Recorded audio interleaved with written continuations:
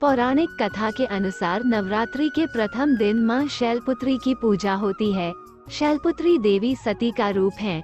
सती प्रजापति दक्ष की कन्या थी। उनका विवाह महादेव शिव के साथ हुआ। दक्ष ने सती का शिव के साथ विवाह अपने पिता ब्रह्मा के कहने पर किया था, परंतु दक्ष शिव जी की जीवन शैली के कारण उन्हें पसंद नहीं करते थे। एक बार दक्ष ने एक बहुत बड़े यज्ञ का आयोजन किया, जिसमें शिव जी को आमंत्रित नहीं किया। जब सती को ज्ञात हुआ कि उनके पिता ने एक ऐसे यज्ञ का आयोजन किया है जिसमें सभी देवी देवता आमंत्रित हैं, तो उन्होंने भी शिव जी के सामने पिता के यहाँ जाने की इच्छा व्यक्त की। परंतु शिव जी ने कहा कि एक विवाहिता को उसके पिता के यहाँ बिना निमंत्रण के नहीं जाना चाहिए। सती फिर भी जाने का हठ करती रही। सती की अपने घर जाकर सबसे मिलने की व्यग्रता देखकर शिव जी ने उन्हें जाने की अनुमति दे दी। जब सती पिता के घर पहुंची तो मां के अतिरिक्त किसी ने भी उन्हें स्नेह और आदर नहीं दिया। यहाँ तक कि यज्ञ में शिव जी का भाग में नहीं निकाला गया।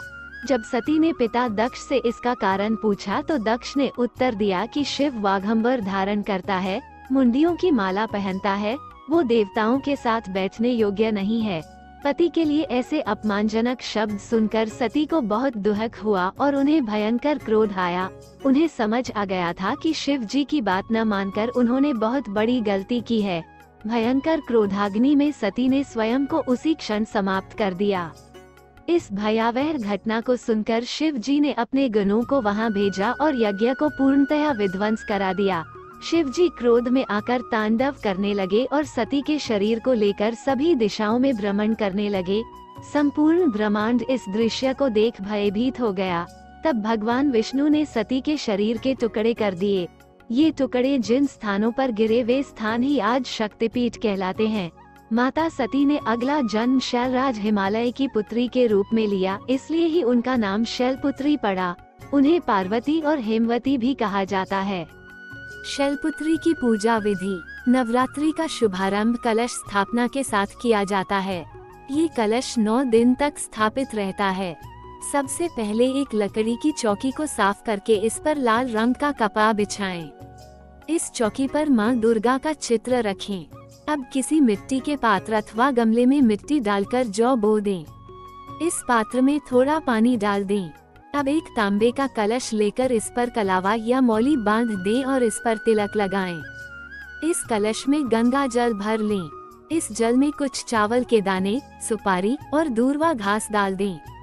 इस कलश के किनारों पर 5 आम के पत्ते रखें और कलश को ढक दें। अब एक नारियल को एक साफ लाल रंग के कपड़े में लपेट दें और इसे भी मौली से बांध दें।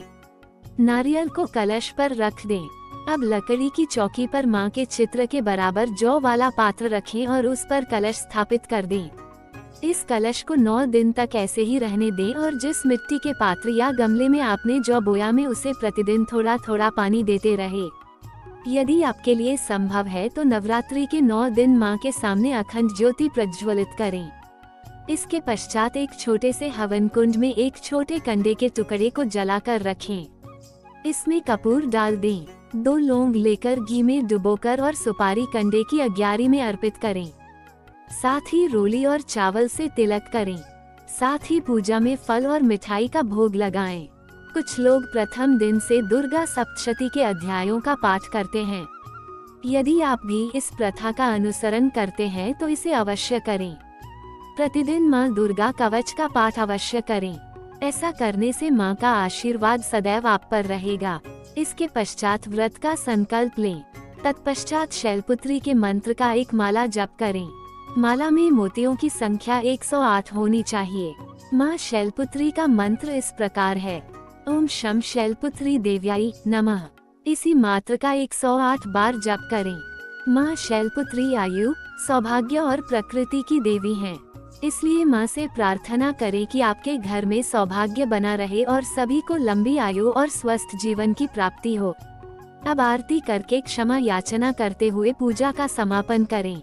संध्या के समय में भी आरती करें और इसके समाप्त होती है नवरात्रि के प्रथम दिन की पूजा विधि। हमारी मनोकामना है मां शैलपुत्री आपके जीवन में समृद्धि लेकर आए। जय मां शैलपुत्री।